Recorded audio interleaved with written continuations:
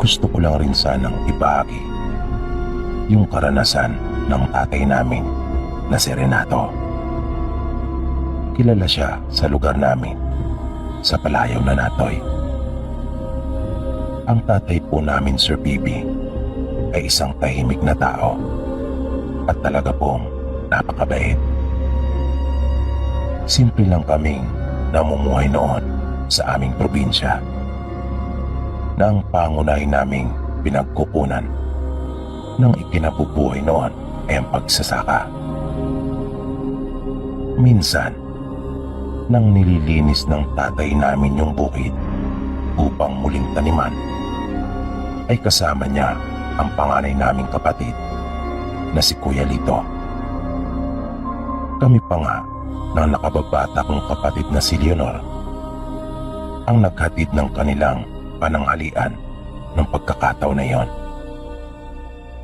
Kinahapunan ay nagulat na lang kami nila nanay nang umuwi sila tatay na mas maaga at nakita naming nanginginig ang tatay namin na tila ba ginaw na ginaw siya.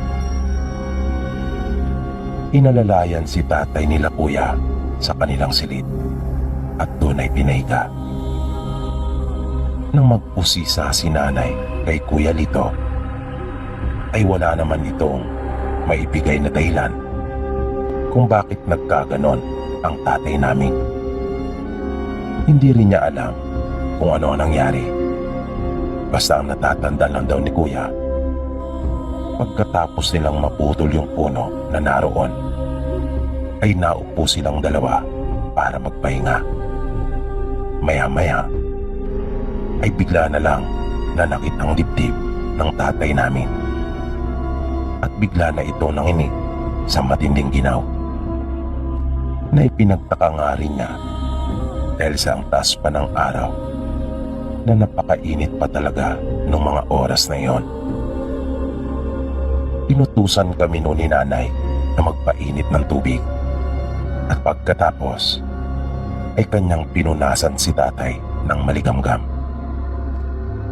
Nang maghahapunan na kami, kahit anong pilit namin kay tatay para kumain, ay wala itong gana. Kaya sinubukan pa itong lutuan ni nanay ng lugaw. At nang maluto ay kanyang dinala doon sa kanilang silid upang subuan si tatay. Ngunit nagulat kaming lahat sa sunod na nangyari. Bigla na lang napasigaw si nanay ng ubod lakas at natatarantang humingi ng tulong sa amin. Pagpunta namin sa pinto pa lang ay bumungad na sa amin yung isang nakakakabang tagpo. Nakita namin si tatay na nanginginig habang hawak ni nanay. Naririnig kong sinasabi ni nanay na napakainit ng katawan ni tatay. Kinukumbulsyon ito. At dahil sa iyon ang unang pagkakataon na makakita kami ng ganon, kung kaya nataranta kami at takot na takot. Hanggang sa bigla na lang huminto ang panginginig ni tatay. Ngunit mas lalo naming ikinagulat ang sumunod na nangyari. Dahil napansin naming hindi na ito umihinga. Kaya napaiyak na kaming lahat. Gulat na gulat kami dahil sa mabilis na pangyayari. Umalis ang kuya namin at ipinamalita ang nangyari sa aming mga kaanak at kaibigan. Kaya nang mga pasado 6:00 pa lang ng umaga, ay isa-isa na silang nagsisidatingan. Nung mga panahong iyon, ay hindi pa uso sa amin ang pag-iimbalsamo. Lalo pa nga at napakalayo ng mismong lugar namin mula sa bayan. Kaya sa tuwing mayroong namamatay doon sa aming baryo, ay isang gabi lang itong pinaglalamayan at pagkatapos ay inililibing na. Kaya pagdating ng mga kaanak namin, ay sinimulan na kaagad nila yung paggawa ng kabaong para sa tatay namin. Ngunit ang tiyuy ng tatay namin na si Lolo Asyo ay hindi kumbinsido. Lalo na nang ikwento ni Kuya Lito sa kanya yung mga ginawa nila ni tatay bago pa mangyari ang lahat. Paniwala ni Lolo Asyo, hindi pa patay si tatay. Ngunit dahil sa hindi naman niya ito kayang patunayan, kung kaya ang ibang mga kamag-anak namin ay nagtirik na ng kandila. Habang si tatay naman ay inihiga na lang muna sa banig pagkat ginagawa pa yung kanyang kabaong. Na mga bandang magtatanghali na nung mismong araw ding iyon, ay niyaya na muna sila nila nanay na kumain pagkat nakaluto na siya ng pananghalian. Nagambag din noon ang ilan naming kanayon ng kanilang mga alagang hayop. Nang sa ganon ay mayroong maipakain sa mga taong magsisipuntahan doon sa aming bahay. Kaya huminto na munang sandali ang mga gumagawa ng kabaong ni tatay upang kumain. Malapit na rin namang matapos iyon. Nang kumakain na ang halos lahat ng taong naroon, ay bigla na lamang napasigaw ng napakalakas yung isa naming kanayon na si Aling Marta. Kaya dali-dali kaming napatakbo. At doon ay nakita namin si tatay na nakaupo na sa banig. Humihingal ito at tila ba hapong-hapo. Nayakap naman siyang bigla ni nanay habang ito ay umiiyak. Panay ang pagtingala ni nanay na nagpapasalamat at dininig umano ang kanyang panalangin. Humingi si tatay ng tubig na halos ubusin niya ang isang pitsil dahil sa tindi ng kanyang pagkauhaw. Namanga ang lahat ng taong naroon at halos hindi makapaniwala sa kanilang nasaksihan. Dahil doon, nang makatapos silang kumain, ay kanila na lamang sinunog yung kabaong na para sana kay tatay. Dahil din sa pangyayaring iyon, ay hindi na muna nagsiuwian ang mga taong nagpuntahan doon sa amin. Sa halip, ay nagdaos na lamang ng isang maliit na kasiyahan, bunga ng muling pagbabalik ni tatay. Na lahat ng iniambag nila ay kinatay na lahat at siyang inihanda. Masayang masaya kaming lahat at napatunayan din naming marami pala talaga ang nagmamahal sa tatay namin dahil na rin sa pagiging mabuting tao nito at husay sa pakikisama na kahit minsan ay hindi mo ito kariringgan ng masamang mga salita laban sa kanyang kapwa. Nang kami na lang ang nasa bahay, ay tinanong namin si tatay kung ano ang nangyari sa kanya. At isinalaysay naman niyang lahat ng kanyang mga naaalala. Sabi niya, para siyang nahulog sa isang napakalalim na pagkakatulog. At nagising lamang siya nang masilaw sa isang napakatinding liwanag. At nang igala niyang kanyang paningin, ay napansin niyang maraming mga tao ang nakapaikot sa kanya. Magagara ang kanilang mga kasuotan. Matatangkad sila kesa sa karaniwan na may magagandang kutis at gininto ang kulay ng mga buhok. Matatangos din umano ang kanilang mga ilong at ang gaganda ng kanilang mga mata. Nang karamihan na kanyang nakita ay mga kulay asul at mapusyaw na pagkakayumanggi na binagayan ng mahabang mga pilikmata. Pagpapatuloy pa ni tatay, yung mga kababaihan ay may mahabang mga buhok na ang karamihan sa kanila ay umaabot pa hanggang sa sakong. May mga tuwid at mayroon din namang medyo kulot na animoy tubig ng dagat na umaalon.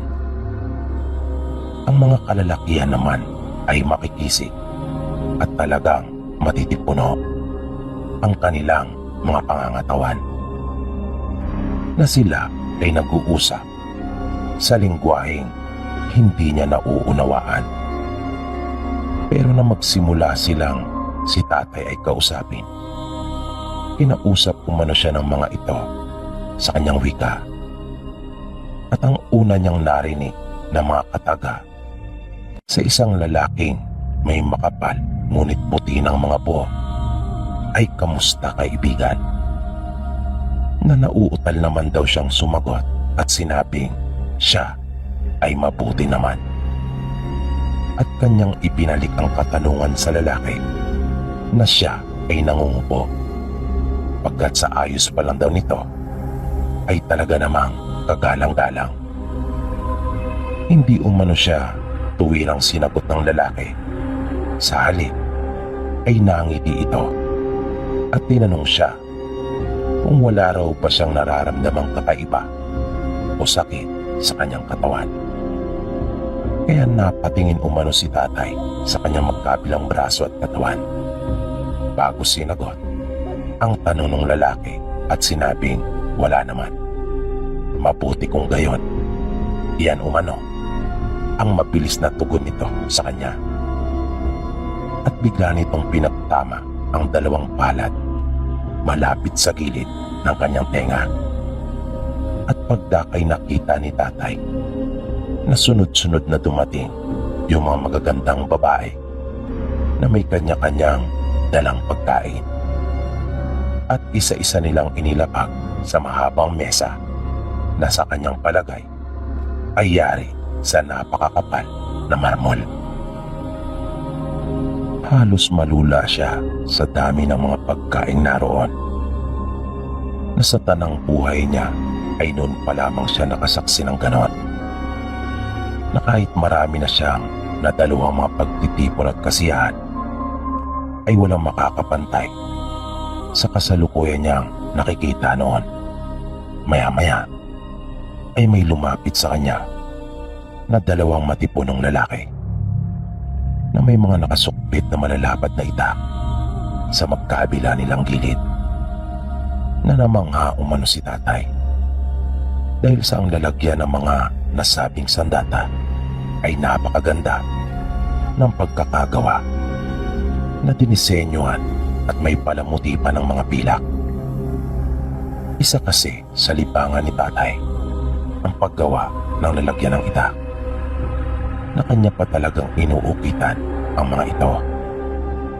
Kaya marami sa aming mga kanayo noon ang umahanga sa mga itak ni tatay dahil sa lalagyan pa lang nito ay maganda na, lalong-lalo na ang puluhan ng kanyang mga itak. Inalalayan siya ng dalawang lalaki palapit sa mesa, habang nakita naman niyang naupo yung lalaking kumausap sa kanya sa di kalayuan, kung saan naroon ang isang malaking upuan na napapalamutian ng ginto at mga mamahaling bato. At sa magkabila niyang gilid ay may magagandang babae na sabi ni tatay, nalaman niya nung huli na iyon pala ay yung reyna at nag-iisang anak nila na prinsesa. Nang kanya palang nakausap ay yung kanilang hari, na kahit puti na ang buhok ay maganda pa rin ang kanyang pangangatawan at mukhang napakalakas pa. Nang naroon na siya sa gilid ng mesa at nakaupo na, ay narinig niyang muling nagsalita yung hari at sinabing kumain siya ng marami, pagkat inihanda umano niyang lahat iyon para kay tatay. Habang ikinukwento ito sa amin ni tatay, ay napansin namin na ngiti siya. Pagkat naalala niyang hindi raw niya alam kung ano ang una niyang kukuhain dahil parang lahat naman ng mga iyon ay masasarap. At ang ikinagulat pa ni tatay, nang makakain siya ng mga pagkain naroon, ay may naramdaman siyang kakaiba. Parang napakagaan umano ng kanyang katawan at tila nagkaroon siya ng kakaibang lakas. Nang matapos na siyang kumain, ay niyaya siya nung hari sa labas ng kanilang palasyo.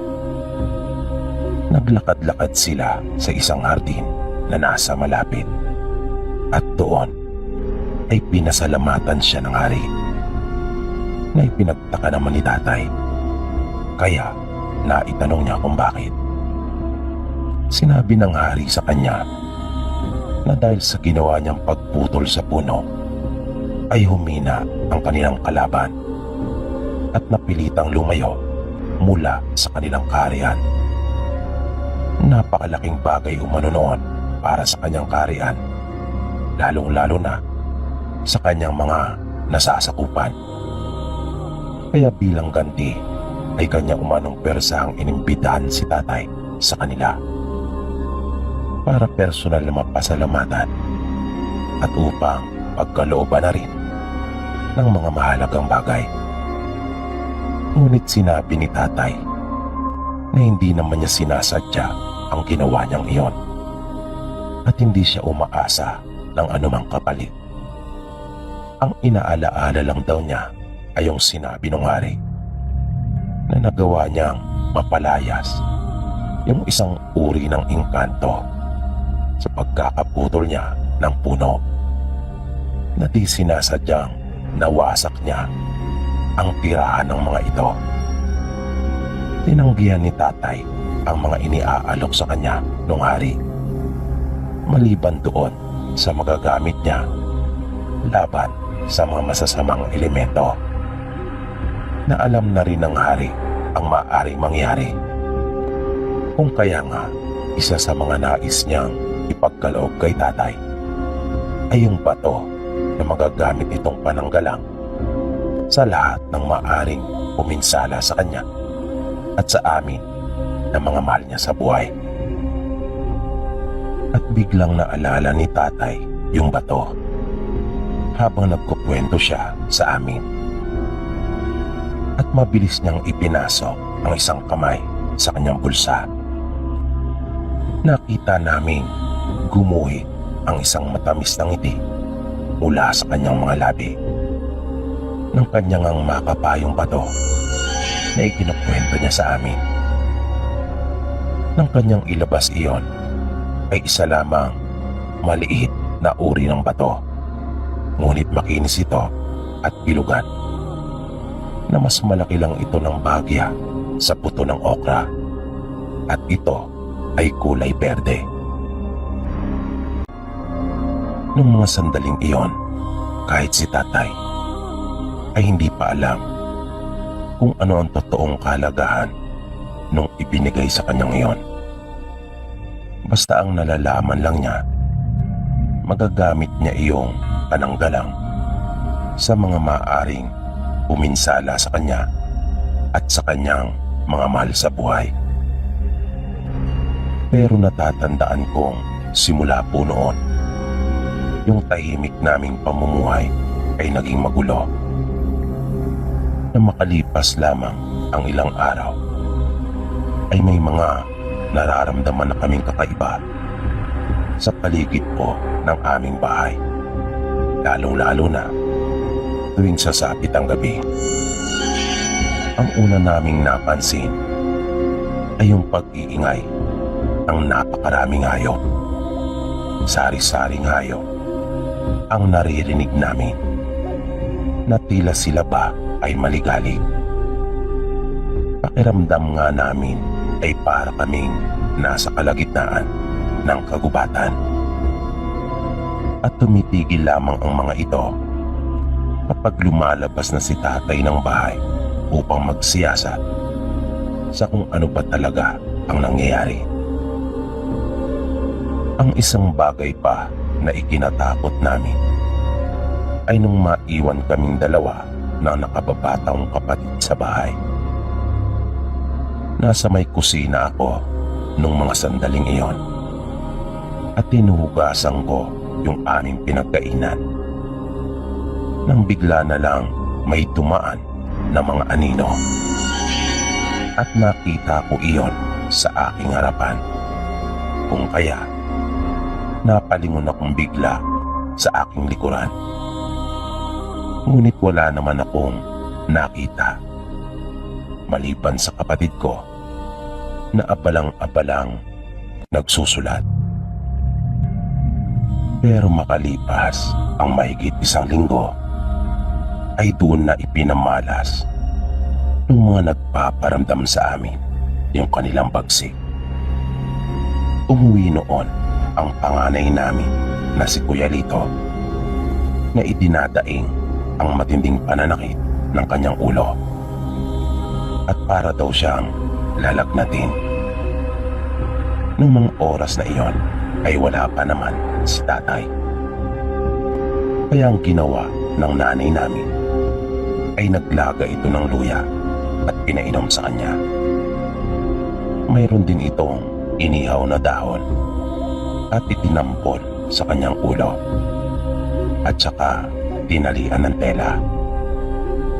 Pero hindi pa rin nawala ang sakit na nararamdaman ng Kuya Lito namin.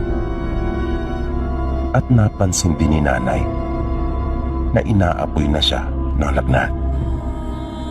Kaya amin siyang pinunasan at pinalitan ng damit. Na mag-aalas 7 na ng gabi ay saka palang dumating si tatay. At agad naming sinabi na may sakit si kuya. Kanya itong hinawakan sa pulso at sa sintido. Maya-maya ay bigla na lang nagsalita si tatay ng mga katakang noon lang namin narinig habang patuloy niyang hinahawakan ng mahigpit ang kanang kamay ni kuya. Hanggang sa makita naming bigla na lang nanginig si Kuya Lito at nagsalita din ito ng kakaibang lengguwahe na napakalaki ng kanyang boses at animoy hinuhugot mula sa napakalalim na dako. Kaya ganun na lang ang kilabot na naramdaman naming magkakapatid pati na rin si nanay. At napansin din namin na tila nagtatagisan sila hanggang sa narinig namin ang malakas na pagsigaw ng boses na iyon. At bigla na lang huminto si kuya. Nalupaypay na lumapat ang likod nito sa banig at nawala nito ng malay. Kumuha naman si tatay ng usok na nagmumula sa aming gasera na tila ba kanyang hinuli at kinuha iyon sa pamamagitan ng isa niyang kamay at inilapit sa kanyang bibig. Sabay ibinuga kay kuya na namangha talaga kami. Pagkat naglaho yung maitim na usok na kinuha ni tatay mula sa gasera at sa halip ay napalitan iyon ng kulay puting usok. Baka ikatlong beses niyang ginawa iyon ng paulit-ulit. Hanggang sa makita namin unti-unti nang nagmulat ng kanyang mga mata si kuya na animoy tuliro ito at walang kaalam-alam sa mga nangyari. Magmula noon ay madalas na naming nakikitaan si tatay ng mga kakaibang gawain na dati-rati naman ay hindi niya ginagawa. At sa tuwing tatanungin ito ni nanay, ang lagi lamang niyang isinasagot ay iyon daw ang ipinapagawa sa kanya na sa makatuwid ay mayroong bumupulong sa kanya at nagtuturo ng mga dapat niyang gawin. At tuluyan na ngang naiba ang takbo ng aming pamumuhay, na sa bawat araw ay mayroong pumupunta sa aming bahay upang hingin ang tulong ni tatay. Hanggang sa dumami na ang mga nagpapagamot sa kanya. Kung kaya si kuya na lang ang halos gumagawa ng lahat ng trabaho ni tatay. Buti na nga lang rin at mababait yung mga nagpapatingin, dahil kahit hindi tumatanggap si tatay ng bayad o anumang kapalit, ay talagang kanilang ipinipilit yon sa amin.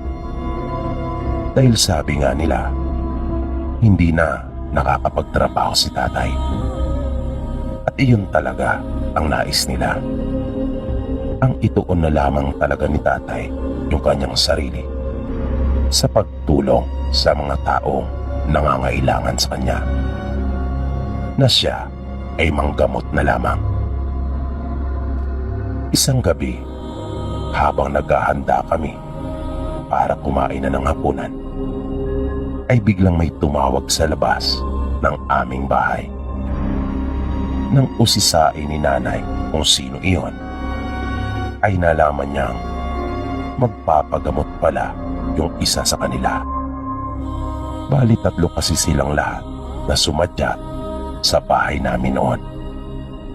Nais na lang sanang papalikin iyon ni nanay sa kinabukasan, pero naisip din niyang baka mahalaga talaga ang pakay ng mga ito, na baka buhay na pala ang nakataya. Kung kaya, kanya silang pinabuksan at sinabi kay tatay na mayroon pang magpapagamot. Pinaupo sila ni nanay doon sa aming sala habang hinihintay nilang lumabas si tatay. Paglabas ni tatay, una nang nagsalita yung tatay ng babae at sinabing inaaswang umano ang kanilang anak. At sinang-ayuna naman iyon nung nanay ng babae, na tuwing sasapit umano ang gabi ay hindi na ito mapakali, at nararamdaman nilang mayroon ng umaali-aligid sa kanilang bahay. Naupo si tatay sa harap ng babae. Medyo nagtaka pa nga kami dahil nanibago kami sa ikinikilos ni tatay. Pagkat wala lang siyang imik ni isang kataga, ay walang namutawi sa mga labi niya, at sali ay kanya lamang tinitigan mata sa mata yung dalaga. Natahimik din ang mga magulang nito na nakaupo sa magkabila niyang gilid. Nakakapinging katahimikan ang namagitan sa aming lahat noong mga oras na iyon. Parang walang sino man sa amin ang nais na basagin ang katahimikan iyon, at tila ba nagpapakiramdaman. Hanggang sa nagulat kami at talagang napasigaw kami pareho ni nanay nang bigla na lang nagsalita ng napakalakas yung babae, na kanya pa iyong sinabayan ng pagwawala. Naging maagap naman ang kanyang mga magulang at si Kuya Lito. Agad nila itong nahawakan sa magkabilang braso at pinigilan. Ngunit ayaw nitong magpaawat at tuloy-tuloy pa rin sa kanyang pagpupumiglas. At habang ginagawa niya iyon, ay walang tigil din ito sa kanyang pagsasalita, na wala na itong sinabing maganda. Puro panunuya at hinahamon pa niya si tatay. Sabi pa niya, marahil ay alam na daw siguro ni tatay na isa siyang aswang, kung kaya ganun na lamang umano ang pagkakatitig nito sa kanya. At patuloy ang pagsikat ng dalaga na nagulo talagang lahat ng pagkakaayos ng aming sala. Nakakakilabot yung boses ng babae. Malaki at garalgal iyon na kapag aking ngang naaalala ang tagpong iyon hanggang sa ngayon, ay talaga namang kinikilabutan pa rin ako. Nang mapansin namin ni nanay na habang tumatagal ay tila ba mas lumalakas pa yung babae, ay kumilos na rin kami at tumulong. Naging maagap naman si tatay at kanya kaagad idinikit ang kanang hinlalaki sa noo ng dalaga at agad itong umusal. Bigla na lang nanghina yung babae at nanlupaypay. Pinasundan niyo ni tatay ang pagtusok sa sikmura nito at napahugot ng malalim na pagbuntong hininga yung babae na napalyad pa nga ito bago tuluyang sumalampak sa mahabang upuan. Wala kaming kamalay-malay na aswang na pala yung nasa loob ng aming pamamahay. Kahit yung mga magulang ng babae ay hindi pala nila alam. Sabi ni tatay, may 3 linggo na umano itong nawaan at kanyang hinaya iyon, kung kaya isa na itong ganap na aswang. At yung kanilang napapansin na pagkabalisa nito tuwing gabi ay iyon na mismo ang katunayang aswang na ito, pagkat nakakarinig na ito ng bulong at naghahanap na ng kanyang pagkain. Nakiusap kay tatay yung mga magulang ng babae na kung maaari ay kanyang pagalingin ang kanilang anak. Hindi naman sumagot si tatay, pagkat ayaw niya silang paasahin. Sa halip ay tumalikod muna itong sandali at kanyang binuksan yung bintana namin. At nakita namin tila mayroon itong kinakausap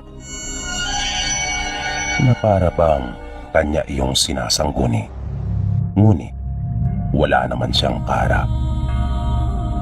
At makaraan ang ilang sandali ay hinarap na niyang muli yung dalaga. Kitang-kita namin na iniangat ni tatay ng bagya ang kanyang isang palad. At pagkatapos ay bigla na lang niya iyong ikinumpas na para bang may kinuha mula sa hangin. Habang nakatikom pa rin ang kanyang palad, ay hiningi naman niya kay nanay yung bote ng langis. At nang iabot na iyon sa kanya, ay agad na binuksan ang takip at ibinukas ang kanyang palad. At doon ay nakita namin yung 3 mga buto na kulay puti at kanya iyong inihulog sa loob ng boteng may langis. Napansin namin bigla iyong kumulo at tila ba naragdagan ang dami noon. Maya-maya pa, nang humupa na ang pagkulo noon, ay kanyang itinuwat ang bote sa kanyang palad at kumuha ng langis. Inutusan niya ang mga magulang ng dalaga na iangat ang pang-itaas nitong damit at pinahira ni tatay ang sikmura nito na binibigyan niya ng diin ang sa may bandang kalagitnaan noon. Hanggang sa bigla na lang napabalikwas yung babae at sumuka. Napansin namin na ang unang inilabas nito ay napakalapot ng mga likido. At sa patuloy niyang pagsuka, ang sunod naman niyang inilabas ay yung mga buo-buong laman na kulay itim na tila ba may nakahalong buong dugo sa mga gilid noon. Nang tumigil ang babae ay talagang latang-lata ito. Kinuha ni tatay yung isa sa mga puting buto na nakababad sa langis at kanya iyong sinubo sa babae. Inutusan niya itong lunukin iyon para sa agaran niyang paggaling. Sinabi din ni tatay na hayaan muna itong makapagpahinga. Kaya naglabas kami ng unan upang makahiga ito ng maayos doon sa mahabang upuan. Binantayan naman siya ng kanyang mga magulang. Napansin ko na bigla nang umaliwalas yung mukha ng babae at doon na lumitaw ang tunay na ganda nito. Ibang-iba na siya kumpara ng una itong dumating, na masasabi mo talaga na may kung anong itim na kapangyarihang bumabalot dito. Nakakatakot yung kanyang mukha na nangingitim pa yung palibot ng kanyang mga mata. Matapos yung ginawa niyang panggagamot doon sa babae na hinawaan at kalaunan nga ay naging aswang, ay nagpatuloy pa yung mga kababalaga na amin pong namalas. Naging tanyag din po ang tatay namin sa aming lugar dahil sa panggagamot niya sa mga nakukulam. Sa dami ng mga nagpagamot sa kanya noon, ay masasabi kong nakita ko na yata lahat ng mga kasamaan ng mga mangkukulam. May nagpagamot noon kay tatay na halos balutin na ng sugat na nagnanaknak yung buong katawan ng lalaki. Nakakaawa po talaga yung kalagayan niya. Hindi siya nakakatulog at makakain. Kung kaya sobrang payat na niya. Kahit nga ang umupo man lang ay nahihirapan siya, bunga ng mga sugat na ibinigay sa kanya. Pero sa kabutihang palad ay napagaling siya ni tatay. Ang natatandaan kong ginawa sa kanya noon ay pinunasan ng langis ang buo niyang katawan. Doon pa nga pinahiga yung lalaki sa isang silid na ginawa ni tatay para sa mga ganong kondisyon. At sa tuwing magsasagawa si tatay noon ng panggagamot, ay lagi namin siyang nakikita na umuusal ng mga salitang hindi maintindihan. At kapag malakas ang kanyang nakakarap, ay nakikita din namin siyang mayroong kinukonsulta. Pero ni minsan ay hindi talaga namin iyon nakita. Dahil sa ginagawang panggagamot na iyon ng tatay namin, ay tila nakagawa naman siya ng maraming mga kaaway. At isa na dito yung angkan ng mga aswang na naninirahan sa ibang bayan, pero sakop pa rin ng aming lalawigan. Nag-umpisa yung banggaan nila tatay nang may lumapit sa kanya at hiningi ang kanyang tulong. Ang problema ay hindi nila kayang dalhin yung kanilang kaanak dun sa bahay namin. Dahil sa kalagayan nito, na lubang napakalayo pa ng sa kanila. Kung kaya walang ibang paraan, kundi ang si tatay na mismo ang kailangang pumunta doon sa kanilang lugar. Mga hapon na sila dumating sa bahay namin noon. Kaya nagpasya si tatay na kanya na munang tatapusin yung panggagamot at gabi na sila aalis. Dahil sa mga gayong oras ay wala na nagpapagamot. At ganun nga ang kanilang ginawa. Isinama ni tatay si Kuya Lito at isa naming kaanak na pinsan din ni tatay. Mga mag-aalas 8 na ng gabi nang sila ay umalis sa amin. At May lalakarin pa sila papunta dun sa kalsada, kung saan naroon naman ang sasakyan nung magpapagamot kay tatay. Kwento nila kuya, halos 5 oras yung kanilang naging biyahe at mabilis pa umano noon ang pagpapatakbo ng driver. Ibig sabihin lang ay talagang napakalayo ng kanilang pinuntahan. Nang dumating nga raw sila doon ay pasado 2:00 na ng madaling araw. Buti na nga lang at malapit lang sa mismong kalsada yung bahay ng mga ito, kaya hindi na sila nahirapan pang maglakad. Pagdating nila doon sa bahay ay nakita kaagad nila yung sitwasyon nung gagamutin ni tatay. Nakatali ang mga kamay nito at paa sa katre at naabutan pa nila itong nagwawala, na sinalubong kaagad sila ng mga hindi magaganda at maanghang na pananalita.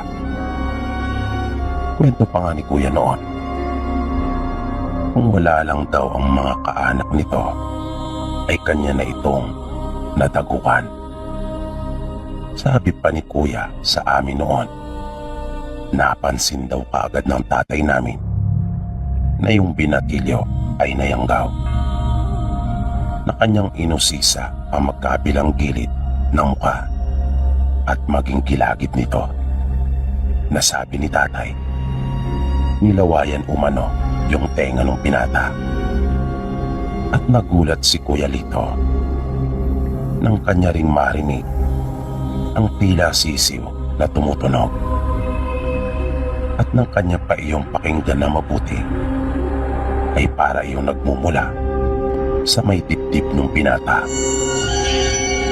Napalatandaan na pala iyon na nagsisimula ng mangibabaw sa pagkatao nito yung kanyang pagiging aswang.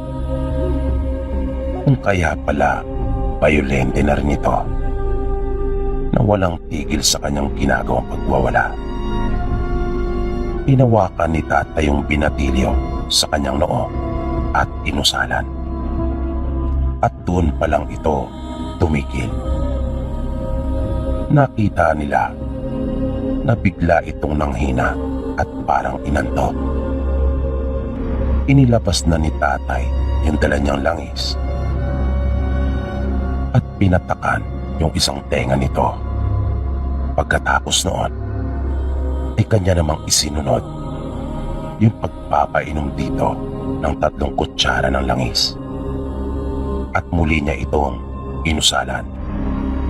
Matapos iyon ay biglang nanlaki yung mga mata ng binatilyo at bumuka ang bibig nito ng pagkalaki-laki, na di na niya napigilan pang sumuka. Muling naging marahas yung binatilyo at walang tigil sa kanyang kaiiling, na nanginginig pa umano ang buong katawan nito pagkaminsan, hanggang sa unti-unti na nitong isinuka ang laman ng kanyang sikmura. At nung huli ay talagang nagulat silang lahat nang bigla na lang lumabas mula sa bibig ng binatilyo yung isang maliit na ibon na kulay itim, na napabalot pa umano ng makapal na laway. At kung kanina ay naririnig pa yun ni kuya, nung tila ba nasa dibdib pa ito ng lalaki, nung mga sandaling iyon naman ay patay na iyon nang bumagsak sa sahig, at tuluyan ang nawalan ng malay yung binatilyo.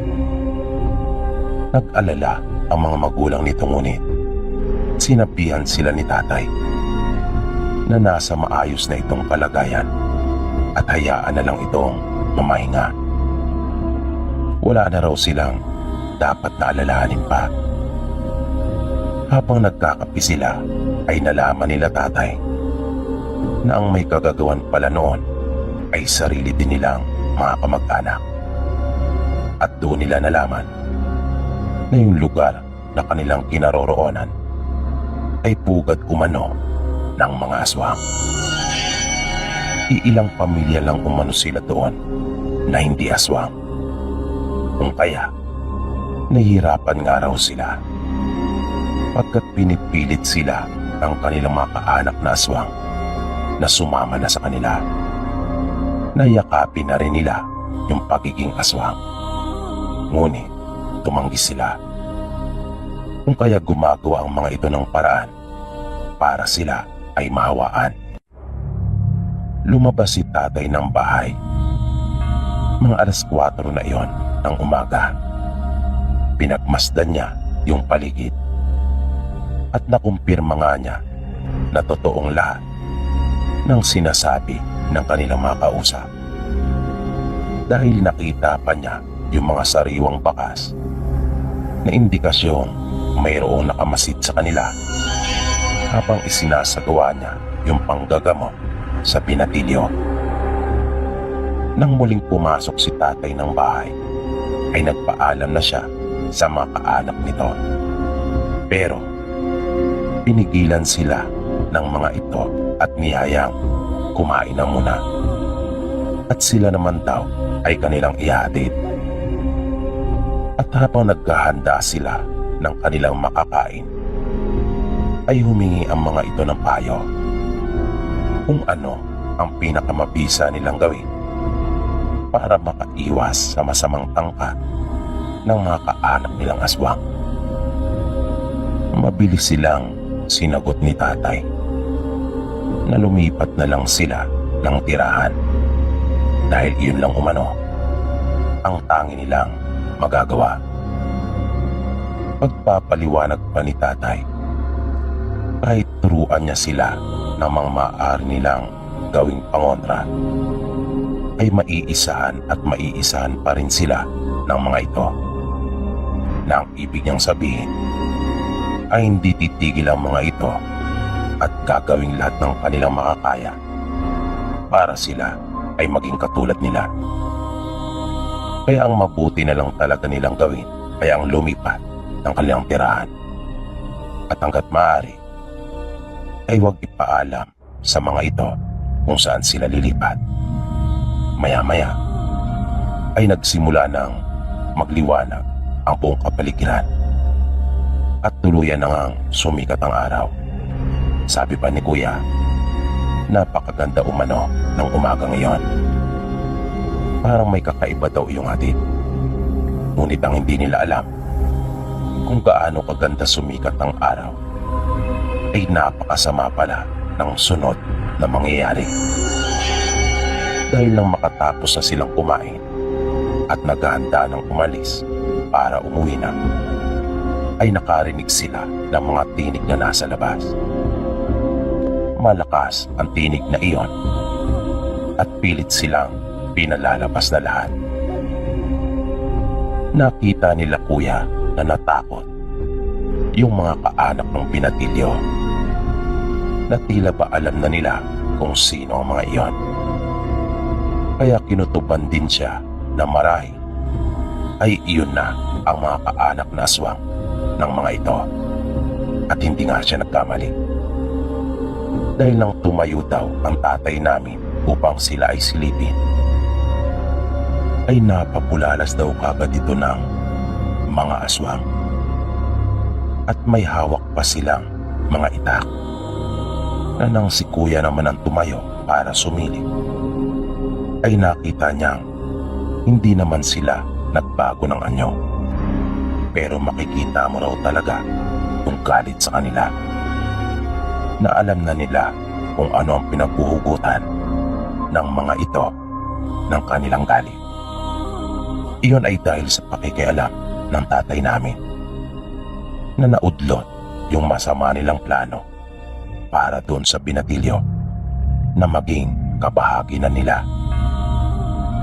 Nakiusap yung tatay ng binata na kung maaari ay hayaan na lang sila at wag lang ituloy pa ng mga ito yung masama nilang binabalak.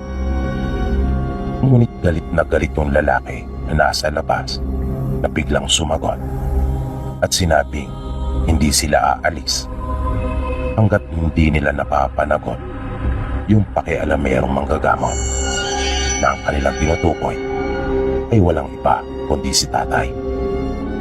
Nang gagalaiti naman si kuya, nalabasin na ang mga ito nang kanyang marinig yon. Ngunit pinigilan siya ni tatay.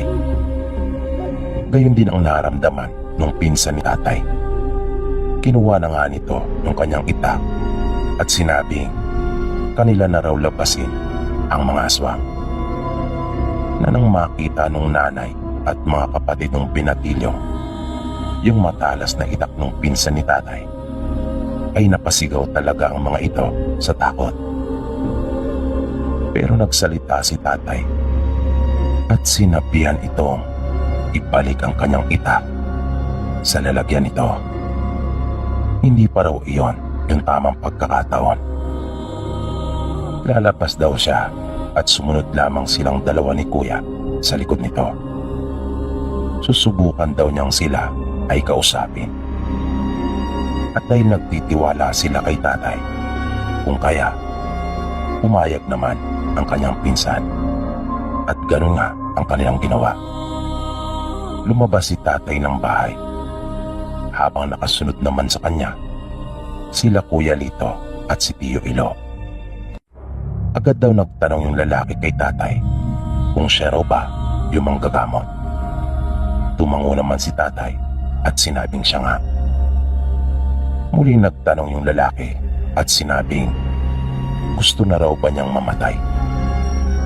Hindi raw ba niya alam na ang lupang kinatatayuan nila ay lupa ng mga aswang? At bakit raw siya nakikialam? Mahinahon namang sumagot si tatay at sinabing ginawa lang niya ang dapat niyang gawin. Tungkulin niya na magpagaling ng mga taong may karamdaman. Tulad daw nila na ang kanyang tinutukoy ay yung mga aswang na may tungkulin din silang manghawa at pumatay ng mga tao. Kaya wala siyang nakikitang problema doon, sabi pa ni tatay.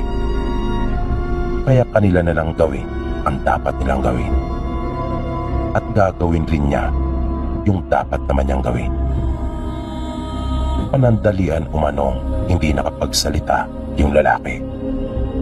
Natamimi umano ito at parang napahiya. Na tila ba wala na itong maisip na maaari niyang sabihin para kontrahin ang mga sinabi ni tatay.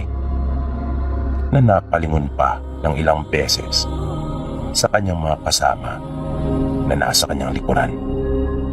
Pero maya-maya ay bigla itong nagsalitang muli at sinabing gusto ba raw nilang sila ay kanilang katayin. Sumagot si tatay at muling sinabi sa mahinang boses na tulad nga raw ng sinabi niya ay kanila na lang gawin kung ano ang ibig nila at kanya din namang gagawin ang dapat niyang gawin. At napasigaw ng malakas yung lalaki na tila pa lalo pa itong nagalit at iniangat na yung kanyang itak. Ngunit hindi man lang natinag si Tatay Natoy. Kwento pa nga ni Kuya Lito sa akin noon na natili lang ang tatay namin sa kanyang pinatatayuan na hindi man lang gumalaw ng bagya o nabahala. Habang sila naman ang tsuhin namin na si Tio Ilo ay susugod na rin sana.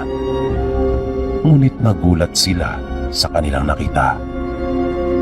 Tila batong nanigas yung lalaki at nanatili lamang ito sa kanyang ayos na nakataas ang isa niyang kamay na may hawak na itak. Na ang tangi lang daw narinig nila Kuya Lito noon ay yung mahinang tinig ng aming ama na ito ay bumubulong. Manghang-mangha sila kapwa ni Tio Ilo at napansin nilang hindi lang sila ang hindi makapaniwala sa kanilang nakita. Maging yung mga kaanak ng lalaki na kanyang kasama ay nagulat at biglang napaatras.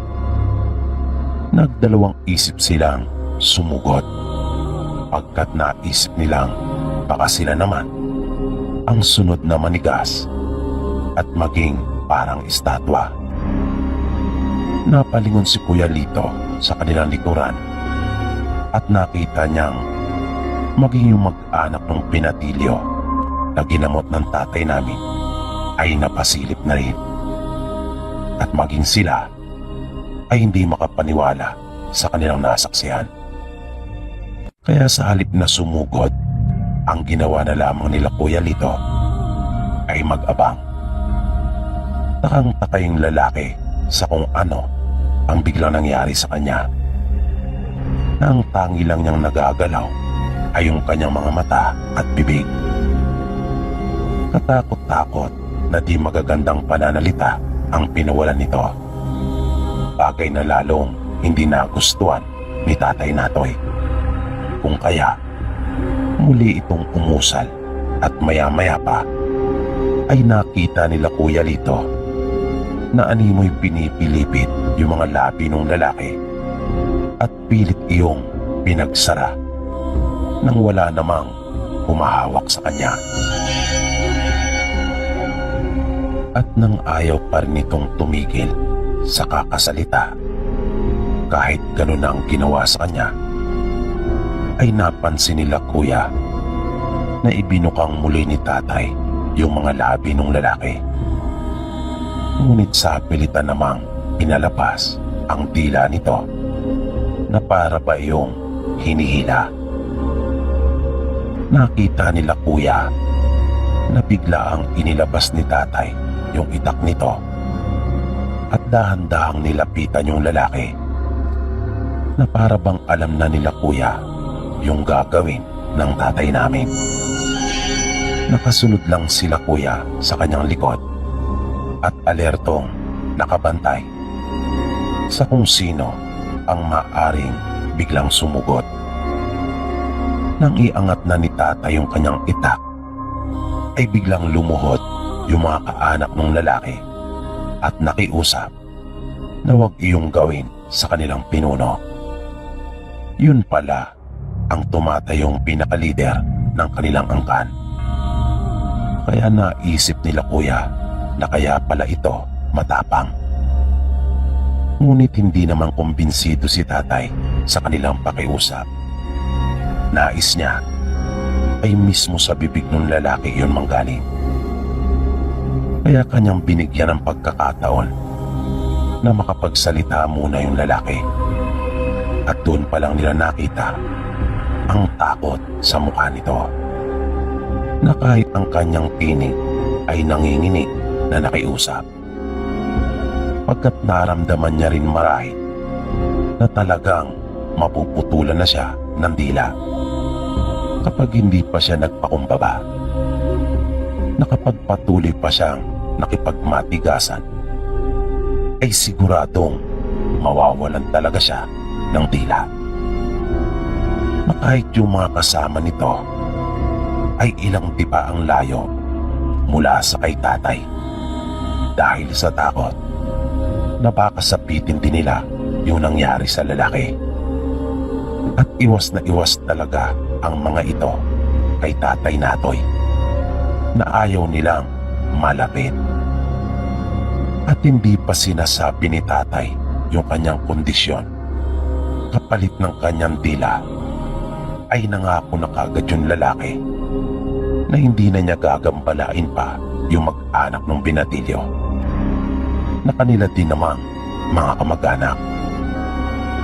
Bilang panghuli ay sinabi ni Tatay na kanyang inaasahan na tutuparin ito yung kanyang ipinangako. Sunod-sunod ang naging pagtango ng lalaki.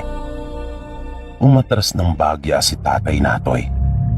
Muli itong umusal at sa isang kumpas ay bigla na lang tumalsik ang hawak na itak ng lalaki na ikinagulat nilang lahat. Sabi pa ni Kuya Lito, nagtatayuan na daw ang kanyang mga balahibo sa katawan sa dami ng mga kababalagang kanyang nasaksihan noong mga sandaling iyon. Matinding paghanga rin umano ang kanyang naramdaman para sa aming ama. At pagkatapos na tumilapon yung itak, ay malaya nang nakagalaw yung pinuno ng mga aswang at nagmamadali na silang umalis. Matapos iyon, ay pumasok na silang muli sa bahay at nagpaalam na. Tulad naman ng kanilang ipinangako, ay inihatid nila sila tatay. Pero bago sila maghiwalay, ay muling ipinaalaala ni Tatay Natoy sa tatay ng binatilyo na sila ay lumipat na ng kanilang tirahan. Sumang-ayon naman ito at sinabing maghahanap kagad siya ng kanilang malilipatan. Ngunit ng sumunod na araw ay nagulat kami nang makarating sa amin ang balita ukol sa isang mag-anak na minasakir umano sa isang bayan.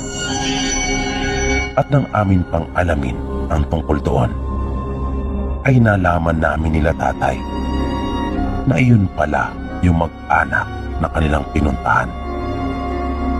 Hindi akalain ni tatay na gagawin nila iyon sa sarili nilang katugo, na hindi na nila hinangad na hawaan pa ang mga ito, kundi kanila na talaga silang pinaslang.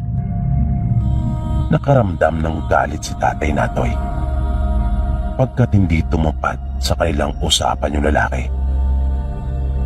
Naisip naman namin na marahil ay dala na rin iyon ng matinding pagkapahiya, lalong-lalo na sa kanyang mga tagasunod, pagkat hindi man lang ito nakaporma kay tatay. Kaya nakonsensya si Tatay Natoy pagkat naisip niyang malaki ang kinalaman niya kung bakit nangyari yon sa mag-anak.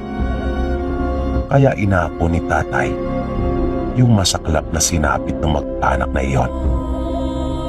At napansin naming hindi siya matahimik, na kahit yung kanyang panggagamot ay naapektuhan na. Hanggang sa isang gabi ay nagpasya na si tatay na magpuntang muli doon sa lugar na iyon. Nagpasama siya sa isa niyang pinsan na mayroong motor.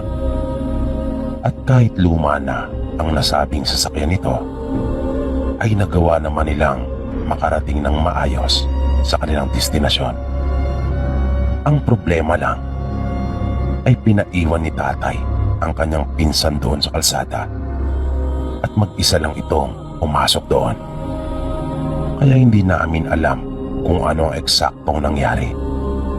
Pero kwento ng pinsan ni tatay, matagal din siyang naghintay doon sa gilid ng kalsada. At papasikat na ang araw nang dumating sila sa bayan namin. Hanggang sa pumutok na lang ang balita ukol sa 3 kataong namatay sa bayan na iyon. At pinaslang ang mga ito na oras lang ang pagitan. At mula noon ay napansin namin muli nang nanumbalik yung dating sigla ni Tatay Natoy. Panatag na ito at maayos na niyang naisasagawa yung kanyang panggagamot. Kaya malakas ang kutob naming na ipagiganti na niya yung mag-anak nung binatilyong kanyang ginamot, na pinaniniwalaan naming siya ang kumitil sa pinunong aswang at sa dalawa nitong pangunahing pinagkakatiwalaan. At hindi pa dyan nagtapos yung mga naranasang pakikipagsapalaran ng tatay namin. Dahil makaraan lamang ang ilang araw, ay isa na namang dalaga ang dinala sa bahay namin. At ipinapakiusap ng kanyang mga magulang na ito ay magamot ni tatay. Ayon sa mga magulang nito, sinasaniba naman ang kanilang anak. At nakita nga namin na ito ay puno ng maraming latay at sugat, na sabi ng mga magulang nito ay basta na lang nila nakitang lumitaw ang mga iyon sa katawan ng babae. Pagkukwento pa nila, nagsimulang magkaroon ng pagbabago sa ikinikilos nito nang minsang umuwi galing sa kanyang paaralan. Dire-diretso daw itong pumasok sa kanyang silid na hindi man lang umimik. Nang silipin ito ng kanyang ina, ay nakita niya itong nakahiga sa higaan na hindi pa nakakapagbihis. Hinayaan lang naman daw niya ang kanyang anak pagkat naisip niyang marahil ay pagod na pagod ito. Nang kakain na sila ng hapunan, ay kanyang binalikan ang kanilang anak upang gisingin at nang sa ganon ay makakain na rin kasabay nila. Ngunit nagulat na lamang ang nanay ng dalaga nang makita niya ang kanyang anak na nasa sulok at umiiyak. Kaya kanya itong nilapitan upang tanungin kung ano ang nangyari. Ngunit bigla siyang napaatras at nabigla nang makita ang nakakatakot na itsura ng kanyang anak. Namumutla ito na nangingitim ang palibot ng kanyang mga mata. At nakita rin niyang nanginginig ang mga kamay nito. Kaya napasigaw na siya at tinawag ang asawa. Pumasok din sa silid ang dalawa pa nilang anak upang alamin kung bakit napasigaw ang kanilang ina. At nakita nga nilang lahat na nakasalampak sa isang sulok si Cora. Ito yung pangalan ng dalaga. Nang lalapitan na nila ito, ay bigla na nagsalita at pinagbantaan sila. Kanya daw silang uubusin kapag itinuloy ng mga ito ang paglapit sa kanya. Pero kahit kinakabahan sila, ay kanila pa rin nilapitan si Cora at ikinapos. Pinahiga nila itong muli sa kanyang higaan at doon ay itinali. Panay ang pagpupumiglas nito habang patuloy silang sinasabihan ng kung ano-anong masamang pananalita. Ilang oras din umano nagwala ito at pilit na gustong kumawala hanggang sa nagpatawag na sila ng isang manggagamot. Ngunit bigo ang matanda na mapahupa ito at mapaalis yung sumasanib sa dalaga. Kung kaya nagpasya na raw sila na dalhin ang kanilang anak kay Tatay Natoy pagkat may nakapagsabi sa kanila. At nang dumating nga sila sa bahay, ay walang malay yung dalaga na kanila itong pinagtiyagaang buhatin. Madala lamang doon sa amin. At kanila itong pinaupo sa isang bangko na naroon sa may sala. Nilapitan ito ni tatay upang suriin. Kasalukuyan noong nagsasalin si tatay ng langis sa kanyang palad nang bigla na lang nagising yung dalaga at iniangat yung kanyang ulo. Nagulat kami sa biglaang paggalaw na iyon ni Cora. Nakasilip ito sa gulo-gulo niyang buhok na nakatapon sa kanyang mukha. Pailalim niyang tinititigan si Tatay Natoy at ngumingisi pa ito na nakakainsulto. Sa itsura pa lang niya at maging sa kanyang mga ikinikilos, kahit ako ay kumbinsido na mayroon talagang sumasanib dito, na para itong isang prutas na nabubulok na kahit buhay na buhay pa at humihinga ay daig pa nito ang itsura ng isang taong patay. Nakakakilabot talaga ang pangitain na iyon, Sir PB. Kapag aking ang naaalala ay talagang kinikilabutan pa rin ako kahit hanggang ngayon. Lalo na kapag humingisi ito na kanya pang inilalabas pagkaminsan yung mahaba niyang dila at lumilitaw yung mga nabubulok niyang ngipin. Nang hindi ito pinapansin ni tatay sa kanyang mga ginagawa, ay bigla itong nagsalita. Si tatay noong mga sandaling iyon ay inuusala na yung langis na isinalin sa kanyang palad. At narinig namin yung mahaba at narinig namin yung mababa at malaking boses nito na kanyang tinutuya si tatay. Ngunit hindi naman ito nagpapaapekto. Patuloy lang rin si tatay sa kanyang ginagawa. At nang makatapos sa kanyang orasyon, di pa tapos sa pagsasalita yung babae, ay hinawakan na ito kagad ni tatay sa kanyang ulo at idiniin ang isang hinlalaki nito sa noo ng dalaga. Biglang napangiwi si Cora at nanghina. Nanlupaypay itong bigla na animoy lantang gulay na napasadnal sa kanyang inuupuan at paminsan-minsan ay gumagalaw ito na animoy kinukuryente na napapaangat talaga ang kanyang katawan. Hanggang sa bigla nitong hinawakan ng kanyang dalawang kamay ang isang braso ni tatay at pinipigilan siya nito at para bang nakahugot uli ng lakas na biglang nagwala. At nakita naming inilabas nito yung kanyang dila na tila ba mas lalo pa yung humaba.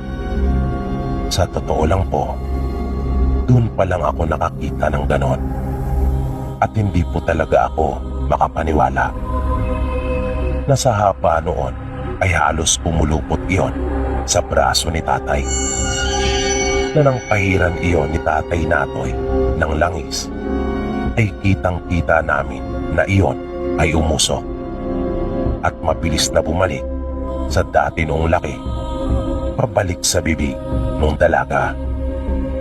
Doon ako naniwala na totoo palang nangyayari yung mga ganon, na sa mundo nating ito ay walang imposible at marami pa talaga tayong hindi nauunawaan. Sunod-sunod nga ang mga kababalaghang aming nasaksihan noon dahil sa pagtataglay ni tatay ng mga kakayahan. At isa na nga dito yung tungkol sa nangyari kay Cora, na hindi lang yata basta engkanto ang sumanib dito, kundi isang dyablo. Base sa narinig kong kwento ng kanyang mga magulang noon kay tatay, isa sa mga nakikita nilang dahilan ay yung pagkakaroon nito ng depresyon dahil na rin sa madalas nilang pag-aaway na mag-asawa. At lubhang naapektuhan si Cora sa tuwing nagbabangayan sila. At sa mga ganong pagkakataon, sumasalisi ang mga demonyo. Sinasamantala nila ang kahinaan ng mga tao, lalo na yung mga napupuno ng galit ang mga puso. Gayun din yung mga isip na tuliro na wala sa tama, hustong pag-iisip, bunga ng mga problemang bumabagabag sa kanila. Kaya tinandaan ko talaga yon noong mga oras na iyon. At sinabi ko sa aking sarili na hindi ako padaday sa mga problemang makakasagupa ko sa buhay. At simula rin po noon ay mas lalo pa akong naging mapanalanginin. Sa tuwing dumarating ako sa mga matitinding problema, ay nananalangin po talaga ako. Hanggang ngayon po ay ganyan ang aking ginagawa, nang upang sa ganon ay walang pagkakataon ng dyablo na makapasok at makasalisi. Dahil napakahirap po kapag naranasan ng sino man yung tinanas ni Cora. Buti na nga lang at nadala nila siya kay Tatay Natoy. Pero hindi rin po iyon naging madali para sa tatay namin. Tandang-tanda ko pa po yung mga nangyari noon. Bukod sa biglaan at panandali ang paghaba ng tila ni Cora, ay namalas din namin yung kakaiba niyang lakas. Na kahit sa balingkinita nitong pangangatawan, ay nagagawa niyang maisalya yung nanay at tatay niya.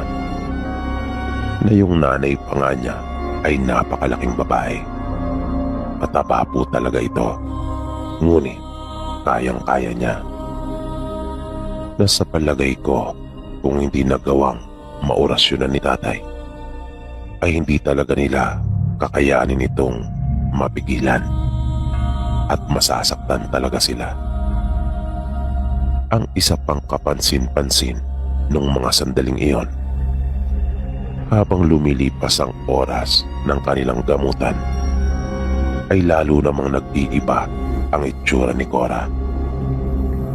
Nakita kong nagbibitak-bitak na yung kanyang mga labi at parang papel na nagkakaroon ng punit yung kanyang mga pisngi.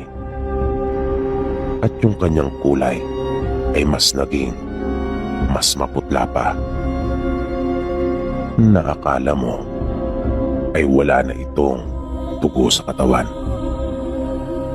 Wala rin itong tigil sa kanyang ginagawang pagwawala. Pero nang mausalan ito ni tatay, ay para itong napako sa kanyang kinauupuan. At inutusan ni tatay ang kanyang mga magulang na umatras na at kanila nang bitawan si Cora.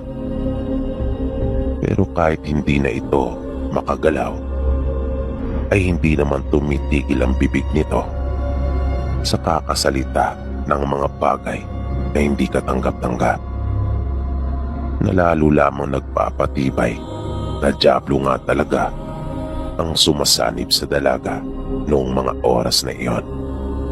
Pagkat ganon ang asal ng isang dyablo.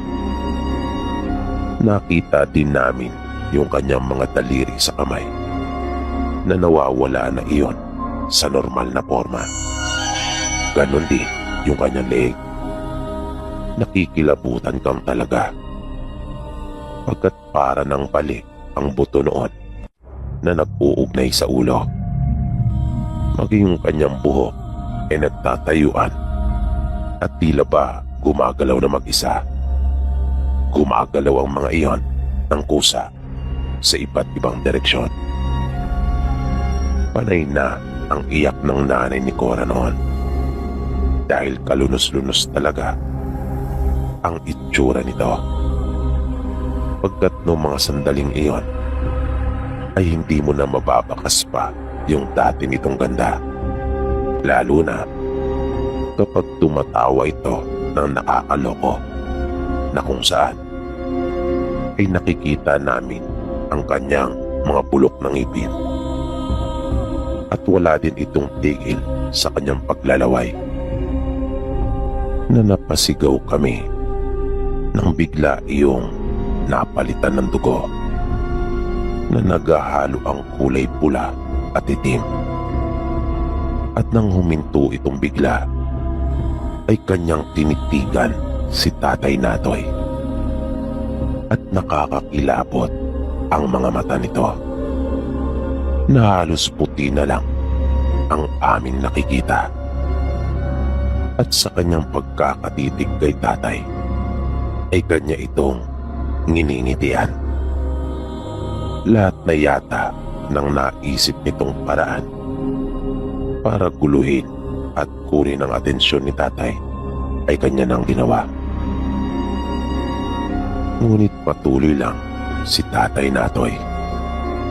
Bumibigkas ito ng mga hindi maunawaang kataga.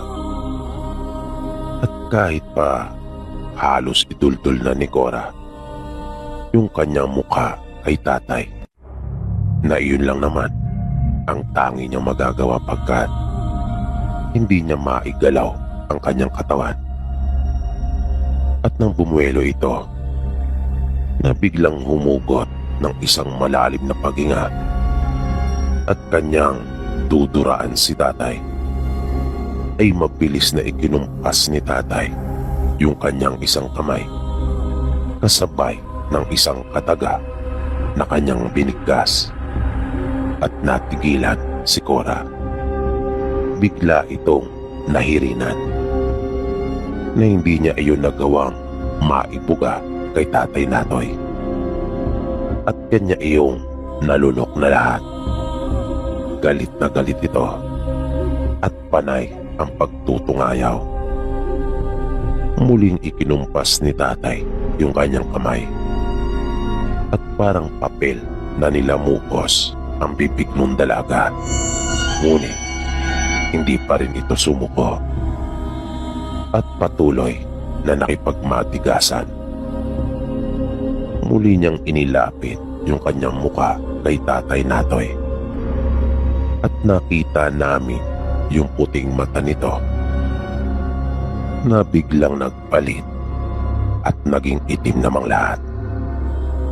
At ibinuka nito yung kanyang bibig na nakapagtatakang ang nakita naman namin ay mga matutulis ng ngipin na. Ngunit determinado si Tatay Natoy na mapagaling si Cora. Nasabi pa niya kahit magpalit-palit pa umano ito ng kanyang anyo ay hindi niya ito papayagang manaig. Isa pang kataga ang muling lumabas sa bibig ni Tatay Natoy at nakita naming nagkikisay si Cora at bigla itong nagmakaawa. Nakiusap ito na itigil na yung ginagawang panggagamot sa kanya. At sa unang pagkakataon ay nakita ko yung tunay na dating anyo ni Cora na sinasabi ng kanyang ina na isa itong magandang dalaga. Ngunit para iyong isang panaginip lang. Pagkat ilang sandali lang ay bigla nang nagbalik sa dating anyo na nakakatakot.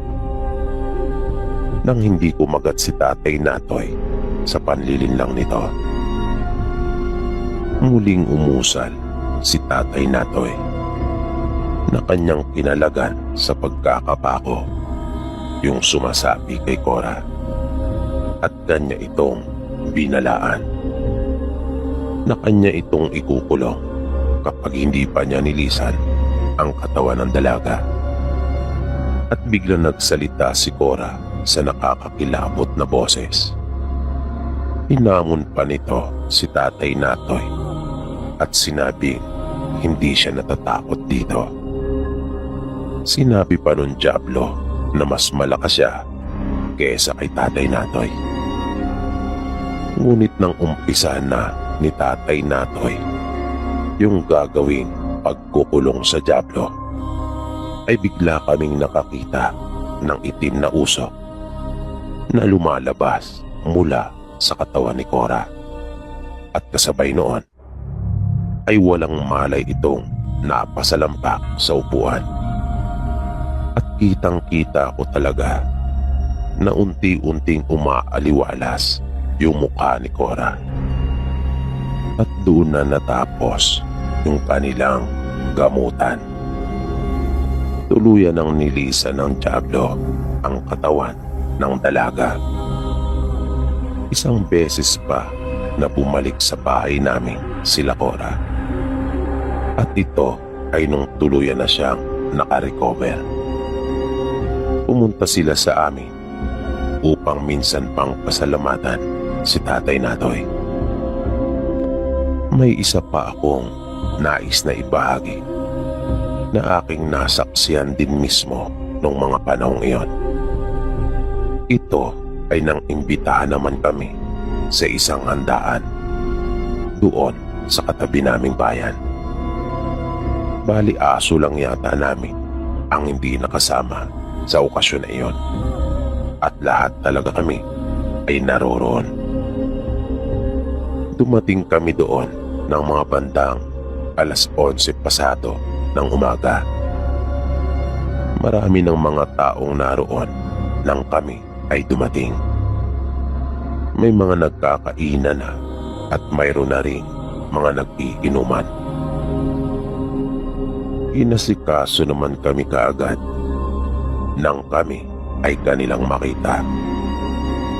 Bali ang natatandaan kong nagyaya sa amin noon doon ay pinsan rin mismo nila tatay. At ang nagdiriwang ay kamag-anak ng asawa ng pinsan nila. May ilan din kaming mga kakilala na naroon sa pagtitipon na iyon. At marami sa mga taga roon ang nakakakilala na rin kay tatay. Pagkat medyo kilala na rin si Tatay Natoy noong mga panahong ito dahil na rin nga sa kanyang panggagamot. Masayang masaya ako nung araw na iyon dahil lahat ng nakikita ko nung mga oras na iyon ay pawang masasaya. Kaya hindi ko talaga akalain na isa palang malagim na pangyayari ang magaganap nung mismong araw na iyon. Si Tatay Natoy ay umiinom din naman, pero bibihira. Pagkat hindi naman talaga siya manginginom o masasabing mahilig sa alak. Pero dahil sa pakikisama kung kaya, pinaunlakan niya yung pagyaya sa kanya nung isang taga roon. At nakiupo din siya doon sa umpukan ng isang grupo ng mga kalalakihan. Ako naman nung mga oras na iyon ay katabi si nanay habang siya ay nakikipagkwentuhan. Na makaraan lamang ang halos wala pang kalahating oras ay bigla na lang nagkagulo. Napalingon kaming bigla nang marinig namin ang sunod-sunod na malalakas na hiyawan ng mga tao. At nakita namin may nakabulagtana na isang lalaki at ito ay tuguan. Kaya napatayo kami ni nanay upang alamin kung ano ang nangyayari. At nakita ko kaagad si Kuya Lito na naroon at nasa tabi ni tatay na pinapalibutan sila ng 3 kalalakihan. Napasigaw kami ni nanay at hinikayat yung mga taong naroon na sila tatay ay kanilang tulungan o kahit awatin man lang. Ngunit atubili din sila dahil may mga hawak ng itak yung mga lalaki. Muling sumigaw si nanay at sinabing kahit hagisan man lang ng itak yung kanyang mag-ama. At nakita nga namin may 2 lalaking ng magandang loob mula doon sa makapal na umpukan ng mga tao na nasa gilid ang naghagis ng kanilang mga itak. At mabilis naman iyong dinampot nila tatay. At bigla na lang sumugod yung mga lalaki na muling nagsigawan naman ang mga tao, kabilang na kami nila nanay. Pero saglit lang iyon dahil yung takot naming lahat ay napalitan na bigla ng pagkamangha dahil kitang-kita namin kung paano biglang nabahag ang buntot ng mga ito na hindi nila itinuloy yung planong pagsugod, na bigla silang natigilan na lahat. At ipinakita pa ni tatay sa kanila na walang saysay ang kanilang gagawin pagkat hindi rin siya tatabla noon, na kanyang ginawang parang lagare ang nadampot niyang itak na kanyang inihiwa sa kanyang braso at leeg. Ngunit wala man lang iyong naging epekto sa kanya At sa unang pagkakataon ay doon pa lang namin nalaman ni nanay na may ganun palang kakayahan ang tatay namin. Maya-maya pa ay bigla na lang napaluhod ang tatlong kalalakihang iyon at binitiwan na kusa ang kanilang mga hawak na itak. Sumuko at nagbayad sa pagkakapatay nila sa isang lalaking kasama nila sa inuman. Nang ito ay nagmagandang loob na umawat, ngunit siya pa ang napahamak. Nung huli ay nalaman naming kamag-anak pala yung tatlong lalaki na iyon nung pinunong aswang na sa paniniwala namin ay si tatay ang dahilan kung bakit iyon namatay. Hinala namin ay gustong magiganti ng mga ito na nang makita ng isa sa kanila si tatay na naroon sa handaan ay mabilis nilang pinlano na traidorin ito. Ngunit nabigo sila. Dahil naman sa pangyayaring iyon ay lalo pang nakilala at naging tanyag si Tatay Natoy noon doon sa aming probinsya. Ngunit sadyang lahat dito sa mundo ay may hangganan. Nananatili pa rin ang katotohanan ang Diyos lamang ang may hawak sa ating buhay, na kahit anong kakayahan pa na mayroon tayo ay hindi ito makasasapat kapag ang kamatayan na ay kumatok sa ating pintuan. Na si Tatay Natoy noon ay masasabi kong isa talagang mahusay na manggagamot. Ngunit hindi niya kayang gamutin at mapagaling ang kanya mismong sarili. Kaya nang dapuan ito ng matinding karamdaman ay naratay ito sa banig at kalaunan ay namatay. Na kahit yung nagkaloob sa kanya ng kakayahan ay hindi rin siya natulungan. Kaya wala talaga sino man ang maaring magmalaki kahit pa ikaw ay makapangyarihan at maimpluwensya. Kahit pa ikaw ay matalino o mayaman. Pagdating sa kamatayan, lahat tayong mga tao ay diyan nagkakapantay-pantay. At hindi mo talaga ito mapipigilan.